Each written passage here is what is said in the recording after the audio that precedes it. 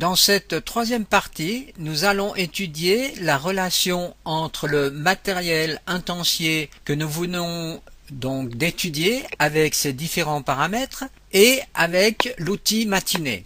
C'est donc l'outil matiné qui va nous permettre d'agir sur ces différents paramètres. Ici, la première chose que l'on constate, c'est qu'il va falloir qu'on crée un matériel intensier dans la scène.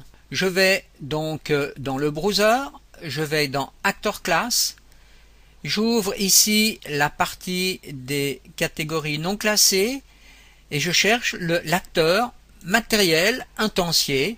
Je place donc cet acteur matériel intensier en faisant un drag and drop dans la scène.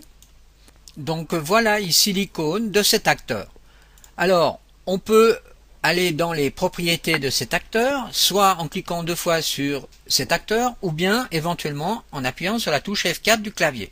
À cet endroit, nous devons donc mettre le matériel intensier sur lequel on veut agir. On choisit donc ce matériel intensier que l'on applique donc à cet endroit. Ensuite, j'ouvre le Kismet et je rajoute, par exemple, à cet endroit ici, le matériel intensier que je viens de sélectionner dans la scène. Vous voyez que l'on a ici la texture qui se trouve à l'intérieur de ce matériel intensier. Ensuite, je coupe ici les liens pour que cet outil matiné ne démarre pas, car je veux créer un nouvel outil matiné. Ici, je fais New Matiné. Ensuite, je vais utiliser le Level Loaded, qui est un module qui permet de signaler que l'on a démarré une scène. Ici, on se met en mode cinématique et non en mode game. Ensuite, à la sortie de ce délai, je rentre ici sur Play, l'outil matiné. Je fais ensuite bien attention de sélectionner donc cet acteur. Ensuite, j'ouvre l'outil matiné. Et j'arrive ici sur le fameux séquenceur. Ensuite, je fais un New Empty Group. Je donne un nom, par exemple Sky Material. Donc on voit ici que l'on a un point de sortie donc de l'outil matiné. Donc là, vous voyez, on vient de créer donc une sortie de l'outil matiné, donc du séquenceur matiné, plus exactement. Et j'ai pu dilater l'autre matériel instance. Alors maintenant intéressons-nous à l'intérieur de cet éditeur, donc sur la timeline. Ici donc vous pouvez vous déplacer de cette façon. Avec la molette de la souris, vous voyez, vous pouvez faire un zoom en avant ou en arrière. Ici vous pouvez vous déplacer dans le séquenceur. À cet endroit nous sommes en 0. Nous allons commencer par créer un sous-groupe et on va devoir donc dans ce matériel intensier créer ce que l'on appelle une track de floating matériel et à cet endroit nous allons donner le nom de la variable sur lequel on veut agir. Alors revenons sur le matériel intensier sur lequel on veut agir. Eh bien nous allons agir ici sur le Sky Brightness. Donc il faut absolument bien relever l'écriture ici de cette variable car on doit la retrouver dans l'outil matiné. Donc je mets le nom à cet endroit de la variable Sky Brightness. Je me mets ici en mode game en cliquant sur cette icône. Ensuite je reviens sur ce paramètre, donc le Sky Brightness, et je crée ici un premier point clé en 0. Je mets à l'intérieur de ce point clé, vous voyez une valeur. Alors la valeur par défaut sera par exemple 1. Ensuite, à 2 secondes, je mets un deuxième point clé en cliquant à cet endroit ou éventuellement en appuyant sur la touche Enter du clavier. Cette value, et là je mets 5, j'exagère, pour mieux voir l'effet. Ensuite, je vais déplacer, vous voyez, ceci à cet endroit pour pouvoir boucler. Donc vous voyez tout de suite dans le preview l'effet du paramètre Sky Brightness. Alors continuons en créant un ciel étoilé, donc Sky Matériel, bouton droit, Add New Floating Material Track. Ici, je mets le nom de la variable, donc c'est les étoiles, star. Ensuite, en 1, je mets un point clé, donc qui aura une valeur 0, donc par défaut c'est 0. Et par exemple, à 1 seconde, je mets un nouveau point clé avec ici comme valeur 1. On voit apparaître donc le ciel étoilé. Faisons une loupe. Voilà, tout fonctionne bien. Et nous voyons qu'il est donc facile de créer des variations sur des variables grâce à l'outil Matinée. Alors revenons maintenant sur la version originale donc de l'outil Matinée. Intéressons-nous au groupe Sky, Sky Matériel. Eh bien, c'est ce que nous venons justement d'étudier avec les différents paramètres. Vous voyez, étoiles, les nuages et les différents paramètres, y compris le Sky Brightness. Donc maintenant, intéressons-nous à la partie du soleil, qui est en réalité une lumière qui se trouve ici. Alors, développons les paramètres de cette lumière. Et nous voyons que nous allons agir sur différents types de paramètres. Regardons ceci aussi à travers un exemple simple. Pour retrouver cette lumière, il y a une façon simple de procéder. Donc vous cliquez ici sur l'icône donc Light. Et voilà, c'est donc cette lumière ici qui est active. Appuyons sur la touche F4 du clavier pour faire apparaître donc les propriétés de cette lumière. Donc ici on voit le nom, c'est une lumière directionnelle dominante mais que l'on peut déplacer.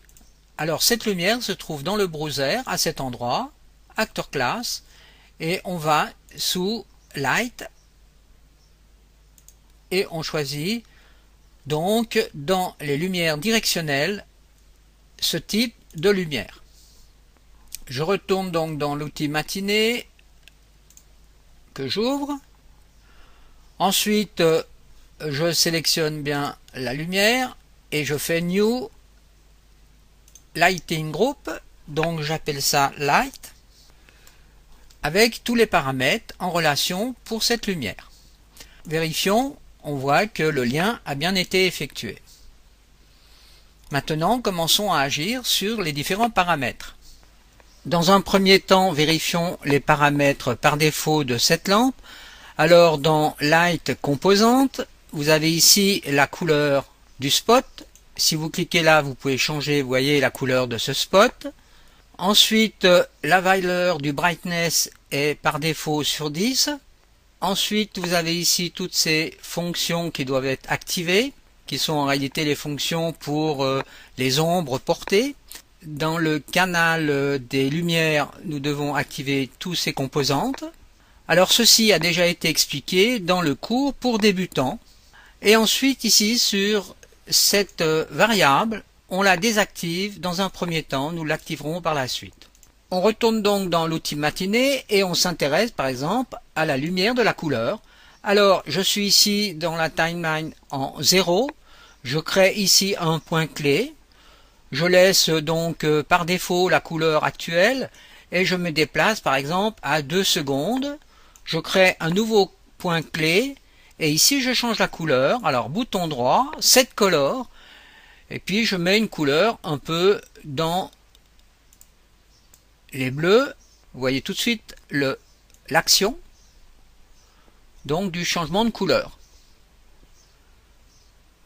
Alors on peut dans le même temps, vu que l'on arrive par exemple dans la nuit, changer donc la valeur du brightness, donc de diminuer l'intensité lumineuse. Alors pour cela, je recrée par exemple encore un point clé à 3 secondes. Je change de nouveau ici la couleur et je vais dans une couleur un peu plus sombre. Et je vais par exemple maintenant faire d'abord un point clé en 0 pour le brightness. Alors je vérifie que ici normalement la valeur est à 10 puisque c'était ce que l'on a vu au préalable dans les propriétés de cette lampe. Ensuite je me déplace Par exemple, eh bien à la fin, ici à 5 secondes, je recrée un point clé et je change la valeur du brightness en mettant par exemple 1. Voilà, on est vraiment dans la nuit. Donc vous voyez, c'est extrêmement facile de changer ces paramètres et d'obtenir des effets assez intéressants.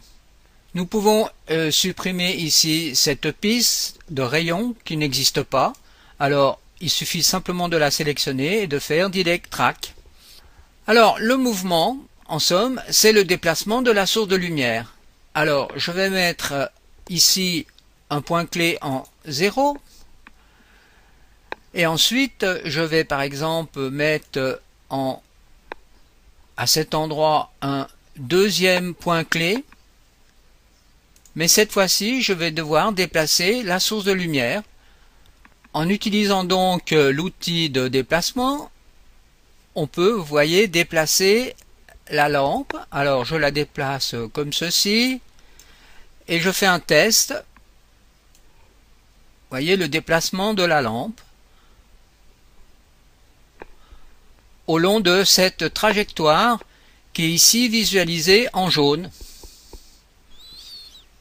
Pour mieux comprendre la notion de rayon de lumière, donc ici ce que l'on appelle les light shafts, j'utilise donc la map d'origine et ici je me déplace à un endroit où l'on voit justement apparaître ici ces fameux rayons.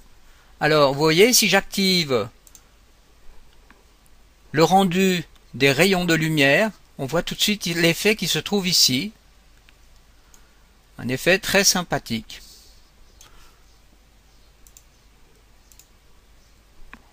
On voit ici que l'on peut aussi agir sur la couleur de ces rayons. Alors mettons carrément un rouge. Vous voyez ici toute cette zone qui est rouge. Un autre paramètre qui est intéressant est d'agir sur l'échelle du bloom. Alors si je mets 5, je vois donc ici ce qui se passe. Et vous voyez, comme par hasard, ceci est aussi utilisé dans l'outil matinée, ici. Alors, on a rajouté des valeurs. Vous voyez, cette value, ici, c'est 0,75. Plus loin, ici, par exemple, j'aurai une valeur, par exemple, de 0. Donc, on agit à chaque fois sur cette valeur de Bloom Scale. Un autre paramètre qui a aussi son importance, c'est ce que l'on appelle l'occlusion. C'est un masque d'occlusion. Alors, si j'agis à cet endroit, par exemple, si je mets 1, vous voyez que ici, la scène est beaucoup mieux éclairée. Par contre, si je mets des petites valeurs, 0,2, là, on respecte plus le contraste de la scène.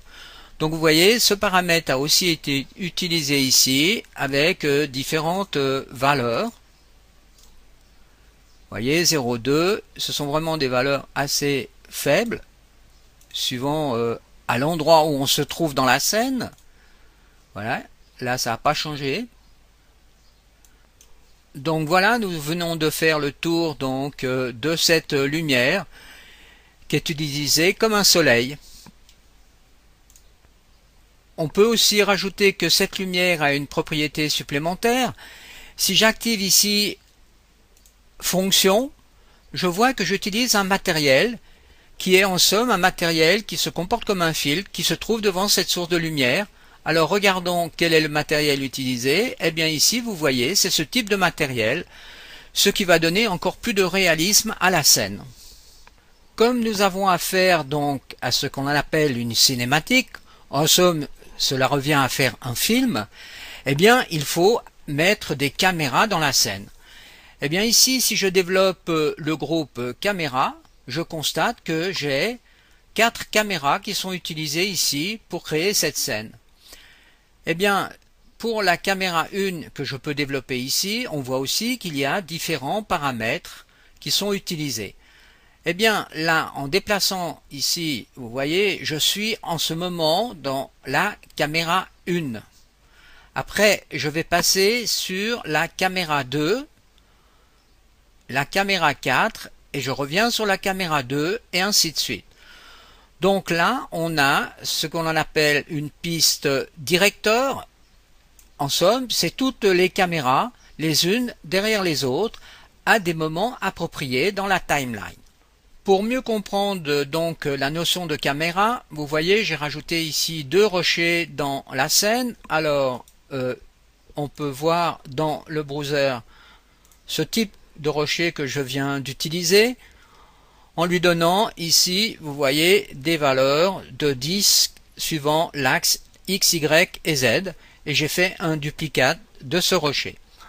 On va trouver l'acteur caméra dans le browser sous Actor Class, et vous voyez ici, si vous développez donc Common, vous trouvez Caméra Actor, que vous pouvez faire un drag and drop et déposer dans la scène. Voilà le caméra actor. J'en profite pour déposer une deuxième caméra. Maintenant, je vais décider quel angle de vue a cette caméra.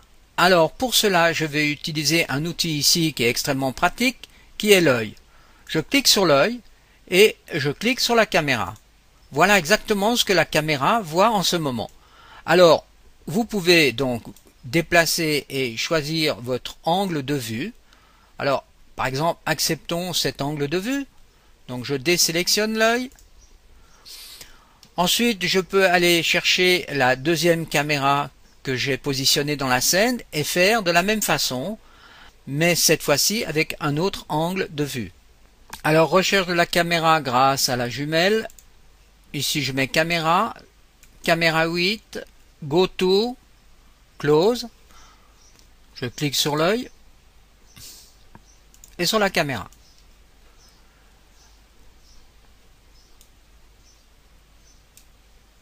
Voilà, par exemple, je choisis cet angle de vue. J'ouvre le Kismet, j'ouvre l'éditeur de matinée. Je sélectionne la caméra 7, go to, voilà.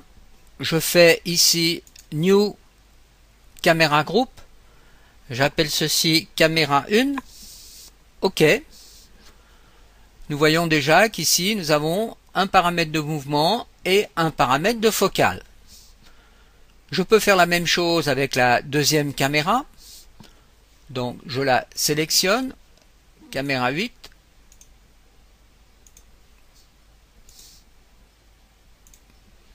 caméra 2. Voilà, j'ai donc 2 caméras. Si je clique ici, voilà ce que voit la caméra 1 et là, la caméra 2. Créons une séquence d'animation pour la caméra 1. Alors d'abord, je la sélectionne.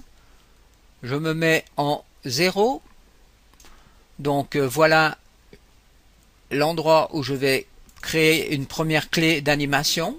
Ensuite, je me mets, par exemple, à 2 secondes. Je recrée une clé d'animation et je déplace la caméra, par exemple, comme ceci. Ensuite, je peux faire ici une vérification. Donc, tout fonctionne correctement. Je fais la même chose donc avec la caméra 2. Piste de mouvement, position 0, première clé d'animation. Je veux aucun déplacement de cette caméra jusqu'à 2 secondes par exemple, donc je refais une clé à cet endroit. Vous voyez, vous pouvez aussi ici placer avec précision le temps, donc là 2 secondes. Maintenant, mettons-nous à 4 secondes, créons un nouveau point clé et cette fois-ci on déplace la caméra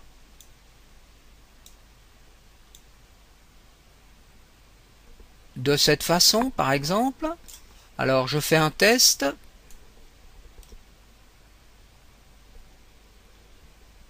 Je crée maintenant une piste director, vous voyez, qui vient à cet endroit, et sur cette piste, eh bien, je vais donner l'ordre dans lequel j'aimerais que ces caméras apparaissent. ici, par exemple, en 0, je fais un point clé et je détermine ce que je veux. Alors, à cet endroit, je veux la caméra 1. Je fais OK. Donc, vous voyez, ici, j'ai donc la caméra 1 pendant toute cette séquence. Ensuite, par exemple, au point clé 2, j'aimerais que je passe sur la caméra 2. Donc, je recrée un point clé et cette fois-ci, je choisis la caméra 2. OK. Donc, vous voyez, caméra 1, caméra 2. Là, si je sélectionne cette partie, je suis sur la caméra 1 et ensuite je passe sur la caméra 2. Maintenant, le passage va se faire grâce à un fondu enchaîné entre les deux caméras. Pour faire les fondus, je vais rajouter donc une piste de fondu, donc bouton droit, Add New Fade Track. Ensuite, je fais un zoom à cet endroit pour être un peu plus précis. En 0, je fais un point clé. Et puis, par exemple, un tout petit peu après, à cet endroit, je refais un nouveau point clé. Et par contre, je vais changer ici les valeurs. Alors, dans le point clé 0, je vais mettre une valeur à 1 pour faire un fondu au noir. Et ensuite, vous voyez que je vais monter gentiment. La caméra va gentiment apparaître. Donc, je fais maintenant la même chose entre les deux caméras. À cet endroit. Donc, ici, par exemple, je détermine un point clé. Ensuite, je refais un point clé à cet endroit. Et aussi un point clé au centre. Ici. C'est clair qu'il faudrait mettre des valeurs avec précision. La caméra 1 est vraiment ouverte, mais par contre, ici, elle devra être fermée. Donc je mets 1.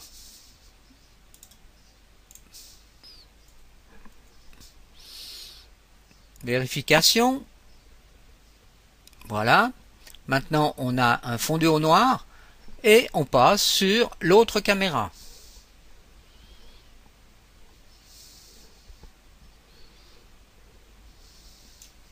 Donc là, on voit l'effet. J'ai la caméra 1 qui est ouverte, fondu au noir, et j'ouvre sur la caméra 2. Étudions maintenant les différents paramètres qui agissent sur la caméra. Alors pour cela, je viens de télécharger de nouveau la map d'origine. Je vais m'intéresser ici à la caméra 3. Donc quand je clique à cet endroit, voilà ce que voit actuellement la caméra 3. Alors, cherchons les propriétés de cette caméra avec la touche F4. Le premier paramètre aspect ratio est important car il définit le rapport entre la largeur et la hauteur de la scène. Dans le cas d'un aspect ratio de 1,78, on a affaire à un format 16:9. Dans le cas où l'on met par exemple 1.33, on a affaire à un format 4/3 que l'on voit ici. Cette variable va nous permettre de soit contraindre l'aspect ratio ou pas. On voit la différence ici dans la fenêtre Preview. Ensuite ici nous avons ce qu'on en appelle la focale de la caméra. Alors prenons par exemple une focale de 90 et regardons ce qui se passe dans le Preview. 120. Si l'on développe maintenant ce menu ici, on voit que l'on a ici tout plein de possibilités de post-process avec la caméra. Alors par exemple ici, si je désactive cette variable qui est en somme la profondeur de champ, vous voyez l'effet de la profondeur de champ dans la scène avec et sans. Nous avons ici aussi deux paramètres qui sont importants sur la profondeur de champ. Alors faisons ici une variation, mettons 2 par exemple, et regardez dans la scène ce qui se passe. Vous voyez ici que nous voyons mieux le fond de la scène, mais il y a quand même une différence avec et sans. Donc plus vous augmentez la valeur ici, plus votre flou à l'arrière est important. Ces deux paramètres qui se trouvent ici vont aussi nous permettre de faire une focalisation beaucoup plus précise. Alors mettons par exemple 20, on voit l'action, mettons 200, la focalisation se fait beaucoup plus loin. Maintenant je reviens par exemple à 80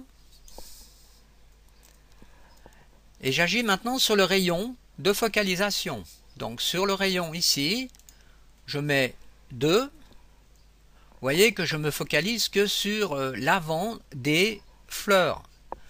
Ici, si je remets 30, j'ai un rayon beaucoup plus important. Si l'on revient donc dans l'outil matinée, eh bien on constate que l'on peut agir grâce à cet outil sur tous ces paramètres que nous venons de voir précédemment. Alors le mouvement, bien sûr, c'est le mouvement de la caméra, la focale. Alors si par exemple je me mets ici et que je regarde cette value, je vois que j'ai une focale de 70. Ici de 50. Donc ce qui donne ce fameux effet de zoom sur la fleur.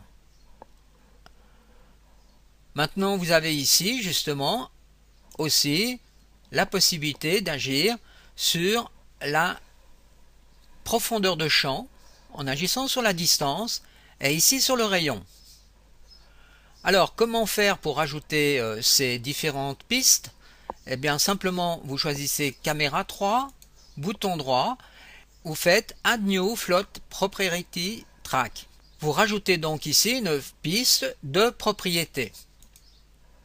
Et là vous avez toute une liste et vous avez tous les paramètres à disposition sur lesquels vous pouvez agir.